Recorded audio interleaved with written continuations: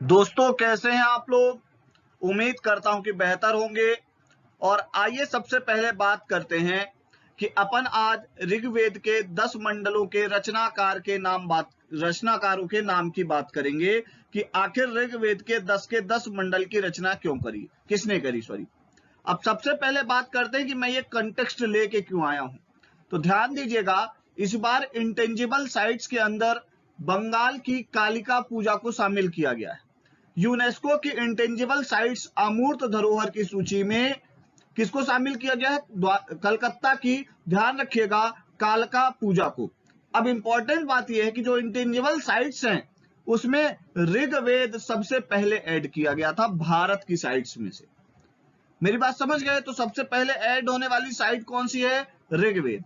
इसलिए मैं ऋग्वेद के बारे में डिटेल में आपके सामने लेके आ रहा हूं। मुझे लगता है एक ना एक क्वेश्चन ऋग्वेद से जरूर पूछेगा, इसलिए अब 10 मंडलों के रचनाकार कौन कौन है? Creators of 10 mandalas of the Rigveda. अपन इसकी बात करते हैं डिटेल में, पूरे ऋग्वेद को पढ़ेंगे, पर पहले 10 रचनाकार, उसके बाद ऋग्वेद से और कौन कौन से क्वेश्चन बन सकते हैं वो। सबसे पहले बात करते हैं सनातन धर्म का सबसे आरंभिक स्रोत कौन सा है। तो ध्यान रखिएगा, हमारा ऋग्वेद है। इसमें 10 मंडल हैं, 1028 सूक्त हैं और 10,462 मंत्र हैं। क्लियर हो गई बात। अब अगली बात यह है कि ऋग्वेद की 3 शाखाएं हैं। कितनी विंग्स है ऋग्वेद की? 3। साकल शाखा, वास्कल शाखा और बाल खिल्य शाखा। साकल शाखा, बास्कल शाखा और बाल खिल्य शाखा। ध्यान रखिएगा, तो सबसे छोटी शाखा कौन सी है? तो ये भी ध्यान रखना है, बाल खिल्य शाखा। इतना डीप में क्यों सर? मेरे को लग रहा है एक क्वेश्चन आएगा, इसलिए थोड़ा सा डीप में बता रहा हूं। आइए अगली बात करते हैं। 10 मंडल हैं। 10 मंडल में जो पहला मंडल है, प्रथम मंडल, उसके रचनाकार कौन है? मधु, छंद और दीर्घतया, पहले मंडल के रचनाकार। द्वितीय मंडल के गुत्समद। तृतीय मंडल के हमारे विश्वामित्र जी, आप लोगों को पता है, गायत्री मंत्र, ये वाला जरूर आप पढ़ते हैं। चतुर्थ मंडल वामदेव। पंचम मंडल अत्रि मुनि थे, आपको पता है। पंचम मंडल कौन? अत्रि, है ना। पांचवा व्यक्ति बहुत अति करता है तो अत्रि मुनि, वहां से ध्यान रखिएगा। अगली बात करते हैं षष्ठम मंडल भारद्वाज। भैया आपका कोई मित्र भारद्वाज हो, हमारे मित्र हैं तो हम भारद्वाज, वो 6वें नंबर के हैं ऐसा मान लेते हैं, तो भारद्वाज। सप्तम मंडल वशिष्ठ, 7वां व्यक्ति अति विशिष्ट होता है तो सप्तम मंडल वशिष्ठ। अष्टम मंडल कर्णव और आंगीरस। नवम मंडल आंगीरस और कश्यप। और 10वां मंडल मत्रित, इंद्राणी, सची और श्रद्धा। ये आपको ध्यान में रखना है, ये 10 मंडल हैं। इसमें जो सबसे पुराना मंडल माना जाता है, दूसरे मंडल से लेके 7वें मंडल तक सबसे पुराना मंडल माना जाता है, दूसरे से 7वें तक। पहला और 10वां सबसे लेटेस्ट ऐड मंडल हैं, ये भी आपको पता होना चाहिए। और आपको पता है कि पुरुष सूक्त का वर्णन कहां पे है? 10वें मंडल में है। हमारे यहाँ जो आप कहते हो कि जाति व्यवस्था की शुरुआत 10वें मंडल से मानी जाती है। तो ये 10 के 10 मंडल के रचनाकार बहुत इंपॉर्टेंट है, आपको याद रखना है। क्लियर हो गई बात। इसमें मुझे ऐसा लगता है कि षष्ठम और सप्तम मंडल जरूरी है, अष्टम मंडल हो सकता है पूछ ले। क्लियर, तो ये आपको ध्यान में रखना है। आइए अगली बात करते हैं, ऋग्वेद के ब्राह्मण ग्रंथों की बात करते हैं। तो भैया ध्यान रखिएगा, ऋग्वेद के 2 ब्राह्मण ग्रंथ हैं, ऐतरेय और कौशितकी। कौन कौन से? ऐतरेय और कौशितकी। क्लियर हो गई बात। ऐतरेय ब्राह्मण में पंचजनों में, ये एक बार पूछ चुका है, ऐतरेय ब्राह्मण के पंचजन मेंस के अंदर देव, मनुष्य, गंधर्व, अप्सरा और पितरों की गणना की गई है। क्लियर। अगली बात क्या है? राजा की उत्पत्ति का सिद्धांत सबसे पहले कहां दिया है? ऐतरेय ब्राह्मण में मिलता है। 4 वर्णों के कर्मों की जानकारी किसमें मिलती है? ऐतरेय ब्राह्मण में मिलती है। अगली बात करते हैं, कौशितकी क्या है? अगला ब्राह्मण ग्रंथ है। उसके बाद ऋग्वेद का उपवेद है आयुर्वेद, ये भी पूछा जाता है। और आयुर्वेद के रचनाकार कौन है? धन्वंतरी हैं, यह भी आपको पता होना चाहिए। अगली बात यह है, अगली बात से पहले हमारा ऐप है इरा इंस्टीट्यूट का, आप उसको डाउनलोड करिए। आप वहां पे करंट अफेयर, स्पोर्ट्स और मिसलेनियस की क्लास को प्राप्त करेंगे।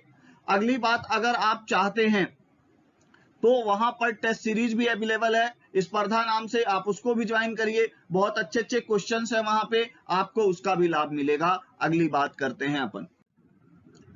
इस वेद के अंदर आर्यों के निवास स्थल के सभी जगह सप्त सिंधव शब्द का प्रयोग हुआ है। तो आर्यों की जो निवास की जगह कौन थी? सप्त सिंधव। इसमें गंगा का प्रयोग एक बार किया गया है, यमुना का प्रयोग 3 बार हुआ है। ऋग्वेद में कुछ अनाय जैसे कीका तास, पीसाकास, सीमिया आदि नामों का उल्लेख हुआ है। ऋग्वेद में राजा पद वंशानुगत होता था, यह भी पूछा जा सकता है। ऋग्वेद में वाय शब्द का प्रयोग जुलाहा तथा तातर शब्द का प्रयोग करधा के अर्थ में हुआ है। तो वाय मतलब जुलाहा और तातर मतलब करधा। इस वेद में 25 नदियों का उल्लेख है, यह भी पूछा जा सकता है। कितनी नदियों का उल्लेख है? 25 नदियों का उल्लेख है। सबसे महत्वपूर्ण नदी सिंधु नदी का वर्णन अधिक है। सबसे पवित्र नदी सरस्वती नदी को माना गया है। सरस्वती नदी का उल्लेख कई बार हुआ है। क्लियर? आइए अगली बात करते हैं। इतने सारे इंपॉर्टेंट फैक्ट्स आप ध्यान से एक बार 2 बार हमारी वीडियो को देखेंगे, पूरी चीजें याद हो जाएंगी। अगली बात, ऋग्वेद में अगली बात क्या है? सूत और रथकार तथा कर्मकारों नामों का उल्लेख है, जो राज्याभिषेक के समय उपस्थित रहते थे। इस सभी की संख्या राजा को मिलाकर 12 होती थी। यह भी इंपॉर्टेंट है। अगली बात क्या है? ऋग्वेद में 33 देवी देवताओं का उल्लेख है। इस वेद में अग्नि को आशीर्ष, आपदा, धृतमुख, धृतपृष्ठ, धृतलोम, अर्चिलोम तथा ब्रह्मलोम कहा गया है अग्नि जी को। अगली बात करते हैं। मां समय वाक्य ऋग्वेद से लिया गया है। सूर्य से संबंधित देवी सावित्री को संबोधित किया गया है। अगला क्या है? गोपची मंत्र ऋग्वेद में उल्लेखित है। यह भी आपको पता होना चाहिए कि गोपची मंत्र कहां उल्लेखित है? ऋग्वेद में। अगली बात क्या है? ऋग्वेद के एक मंडल में केवल एक ही देवता की स्तुति में श्लोक है, वह है सोमदेव। मतलब क्या है? यह पूछा जा सकता है। ऋग्वेद के एक मंडल में केवल एक ही देवता की स्तुति के श्लोक हैं, और किसके हैं? सोम देवता के। ऋग्वेद के 9वें मंडल में सीम रस की प्रशंसा की गई है।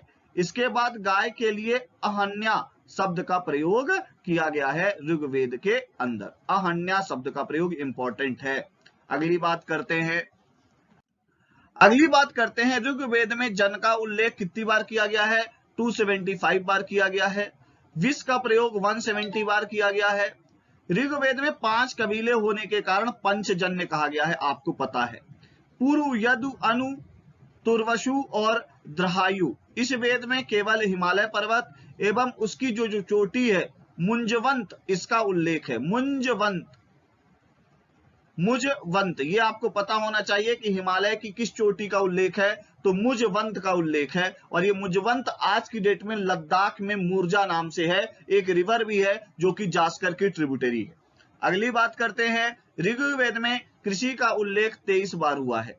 वेद में सूर्य, उषा, अदिति जैसी देवियों का विवरण है। और अगली बात क्या है? इसमें किसके अंदर? ऋग्वेद के अंदर। इस वेद में बहुदेववाद, एकेश्वरवाद, एकात्मावाद का उल्लेख है। किसका उल्लेख है? ध्यान दीजिएगा। बहुदेववाद, एकेश्वरवाद, एकात्मवाद का उल्लेख है। इसमें नासदीय सूक्त में निर्गुण का विवरण है। नासदीय सूत्र में किसका विवरण है? निर्गुण का विवरण है। ध्यान दीजिएगा, इसमें सबसे इंपॉर्टेंट है, ध्यान रखिएगा, 5 जनों के बीच, ध्यान रखिएगा, 5 जनों के बीच युद्ध हुआ था, पंचजन्य युद्ध। आपको पता है 5 कबीले और इसके बीच में जो युद्ध हुआ था, आपको पूरी जानकारी होगी ही होगी मेरे समझ में। अगला और सबसे इंपॉर्टेंट जो यहाँ पे मैंने नहीं लिखा, मुझे लगा आपको किताब में जरूर दिख रहा होगा, होत्र ऋग्वेद का पाठ करने वाले ब्राह्मण को कहते थे। होत्र कहते थे, बहुत इंपॉर्टेंट बात है, जो ऋग्वेद का पाठ करते थे। अगली बात आपको यह भी पता होना चाहिए इसके अंदर, अगली बात यह है कि आपको यह बात पता होगी कि नहीं मुझे नहीं पता, असतोमा सदगमया वाक्य ऋग्वेद से लिया गया है। असतोमा सदगमया वाक्य कहां से लिया गया है? सूर्य देव से लिया गया है। और सूर्य से संबंधित देवी सावित्री को संबोधित करते हुए गायत्री मंत्र भी कहां से लिया गया है? ऋग्वेद के 3रे मंडल से लिया गया है। यह बात आपको पता होनी चाहिए। और आपको इसमें यह बात भी पता होनी चाहिए कि ऋग्वेद में 9वें मंडल में सोम रस की प्रशंसा की गई है। क्लियर हो गई बात? इतनी बातें जो इंपॉर्टेंट थी वो मैंने आपको बताई हैं। इसमें कुछ बातें और आपको ध्यान में रखनी है, जैसे अस्तो मां सदगमया है, तो ये कहां से लिया गया है? अस्तो मां सदगमया, अस्तो मां सदगमया लिया गया है कहां से? आपको पता होगा, ऋग्वेद से। पर इसमें एक बात आपको ये भी याद रखनी है कि अस्तो मां सदगमया ज्योतिर्मय तमसो मां, अस्तो मां सदगमया तमसो मां ज्योतिर्गमया, जो ये है ये तो ऋग्वेद से लिया गया है, पर ये कहां से लिया गया है ये इंपॉर्टेंट है ना? तो ये आपको पता होगा कि पवमान मंत्र है, ये पवमान मंत्र माना जाता है अस्तो मां सदगमया। इसको कौन सा मंत्र माना जाता है? ध्यान रखिएगा, इसको माना जाता है पवमान मंत्र। क्लियर हो गया बात? क्लियर हो गई बात? ये बात आपको पता होनी चाहिए, ठीक है। और अगली बात इसमें यह भी है कि इस वर्ड का मीनिंग क्या है, तो मीनिंग तो आपको पता ही होगा, मेरे हिसाब से इसमें कोई दिक्कत वाली बात नहीं है। क्लियर हो गई बात? ये ध्यान रखिएगा। और ये कोड जो है ये यूज किया गया था इकोनॉमिक सर्वे 2021 में। क्लियर हो गई बात? ये आपको पता होना चाहिए, जो 2021 का जो बजट पेश किया गया था उसमें इस वर्ड का प्रयोग किया गया है, अस्तो मां सदगमया।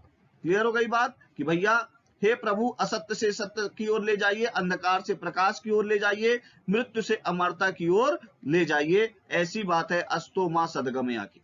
क्लियर हो गई बात? चलिए अगली बात के साथ कि ईरा इंस्टीट्यूट का ऐप आप लोगों को डाउनलोड करना है और स्पर्धा नाम की टेस्ट सीरीज से जुड़ना है। कुछ इंपॉर्टेंट बात ऋग्वेद को लेके थी जो अक्सर बुकों में नहीं मिलती, तो मैं आपको लेके आ गया हूं आपके सामने। चलिए, थैंक यू वेरी मच।